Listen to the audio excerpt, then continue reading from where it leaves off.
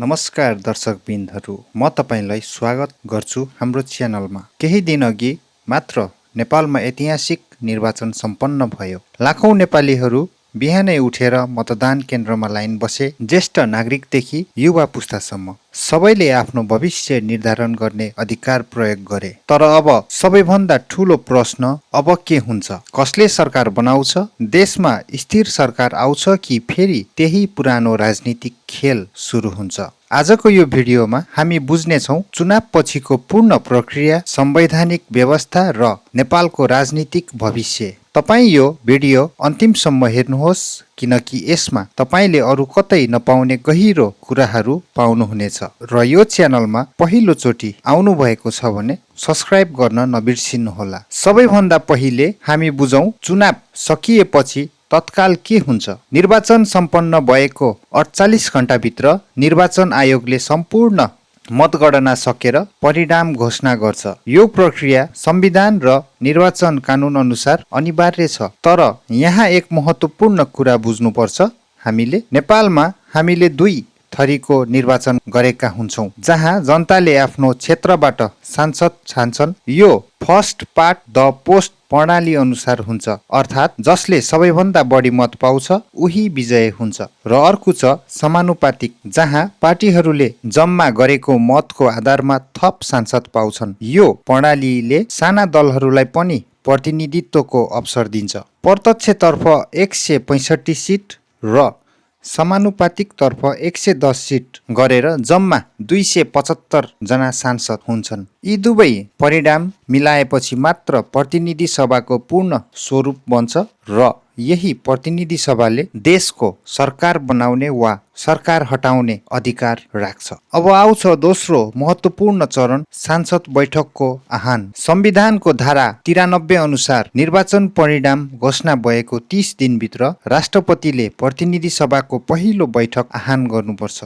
यो अनिवार्य व्यवस्था हो। तर पहिलो बैठक बस्नुभन्दा अघि नै गठबन्धनको खेल सुरु हुन थाल्छ, किनभने यो चुनाव निकै रणनीतिक हुन्छ। सभामुखको पदमा कसलाई ल्याउने भन्ने कुराले सरकार गठनको दिशा निर्धारण गर्न सक्छ। सामान्यतः सत्तारूढी गठबन्धनले आफ्नो पक्षको व्यक्ति सभामुख बनाउने प्रयास गर्छ। प्रमुख प्रतिपक्ष दलले उपसभामुख माग्छ वा विरोध जनाउँछ। साना दलहरूले आफ्नो सहमतिको मूल्य माग्छन् र यस्तै कुराहरूले दोस्रो चरणको चुनाव एकदम गाह्रो बनाउँछ। विगतमा हामीले देख्यौं सभामुखको चुनाव नै सरकार गठनको सबैभन्दा ठूलो खेल हुन्छ। जसले सभामुख जित्छ उसले सरकार पनि जितेको मानिन्छ।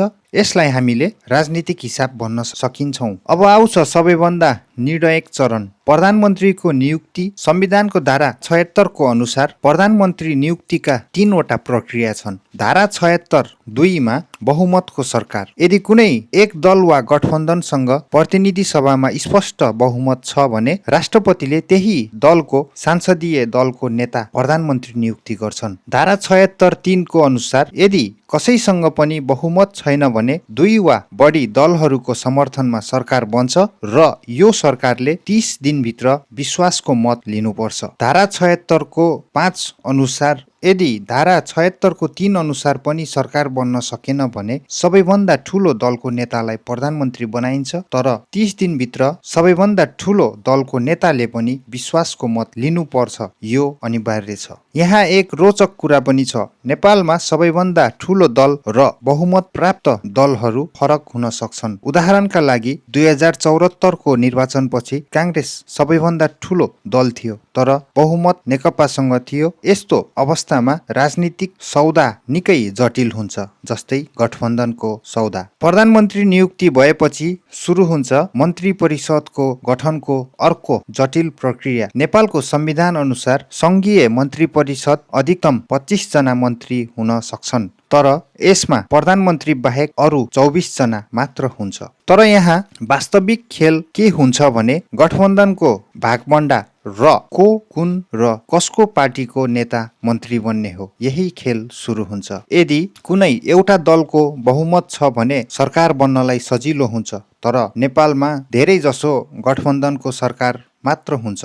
त्यसैले कुन दललाई कति मन्त्रालय, कसलाई महत्त्वपूर्ण मन्त्रालय जस्तै अर्थ मन्त्रालय, गृह मन्त्रालय र परराष्ट्र मन्त्रालय जस्ता महत्त्वपूर्ण मन्त्रालयहरू र कसलाई राज्य मन्त्री मात्र र कसैलाई उप प्रधानमन्त्री कतिजना, यस्तै किसिमले गठबन्धनको भागबण्डा सुरु हुन्छ। यो प्रक्रिया हप्तौं र कहिलेकाहीँ महिनासम्म लम्बिन सक्छ। 2079 को निर्वाचनपछि प्रधानमन्त्री नियुक्त भएको 2 महिनासम्म पूर्ण मन्त्री परिषद बन्न सकेको थिएन। यो नेपालमा राजनीतिक संस्कृति बनिसकेको छ। मन्त्री बन्ने होड। अर्को महत्त्वपूर्ण कुरो राष्ट्रिय सभा र प्रदेश सभाको समीकरण। संघीय संरचनामा प्रदेशहरूसँगको पनि मिलेमत्व पनि त्यति नै आवश्यक छ। अब आउँछ सबैभन्दा महत्त्वपूर्ण प्रश्न, यो सरकार कति दिन टिक्ला? नेपालको राजनीतिक इतिहास हेर्ने हो भने 2007 सालदेखि अहिलेसम्म 40 भन्दा बढी सरकार परिवर्तन भइसक्यो। औसतमा प्रत्येक सरकार 18 महिना मात्र टिकेका छन्। संविधान 2072 सालपछि पनि 6 वटा सरकार परिवर्तन भइसकेको छ।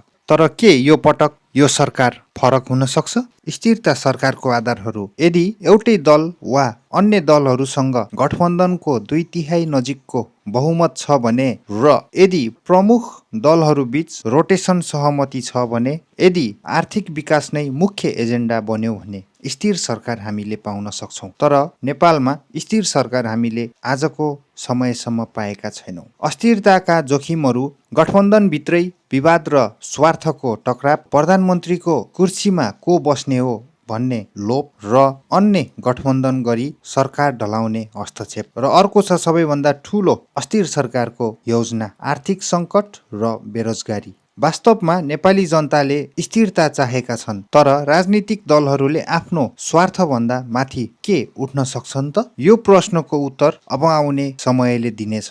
अन्त्यमा हामी के राख्नु पर्दछ भने तत्कालका चुनौतीहरू, आर्थिक पुनरुत्थान र रोजगारी सिर्जना, कोभिड-19 पछिको आर्थिक क्षतिपूर्ति, भ्रष्टाचार निर्णय र सुशासन, संघीयताको प्रभावकारी कार्यान्वयन, दीर्घकालीन अवसरहरू, जलविद्युत निर्यात र ऊर्जा समृद्धि, पर्यटन र कृषि क्रान्ति, युवा जनशक्तिको उपयोग, भू राजनीतिक सन्तुलन मेन्टेन। नेपालको भविष्य हामी सबैको हातमा छ। राजनीतिक नेतृत्वले मात्र होइन, हामी नागरिकले पनि सोचेर सचेत भएर निगरानी राख्नुपर्छ। यसरी चुनाव पछिको नेपालको राजनीतिक यात्रा लामो र जटिल छ, तर यो लोकतन्त्रको सौन्दर्य पनि हो। छलफल, सहमति र संवाद। तपाईलाई के लाग्छ, यो पटक नेपालमा स्थिर सरकार आउँछ? तल कमेन्टमा आफ्नो विचार लेख्नुहोस्। यदि यो भिडियो उपयोगी लाग्यो भने लाइक गर्नुहोस्, साथीहरूसँग सेयर गर्नुहोस् र हाम्रो च्यानल सब्स्क्राइब गर्न नबिर्सिनुहोला र बेल आइकन पनि थिच्नुहोस्। अर्को भिडियोमा हामी नयाँ सरकारको प्राथमिकता र कार्ययोजना बुझ्नेछौँ। तबसम्मको लागि सुरक्षित रहनुहोला, आफ्नो ख्याल राख्नुहोला। धन्यवाद।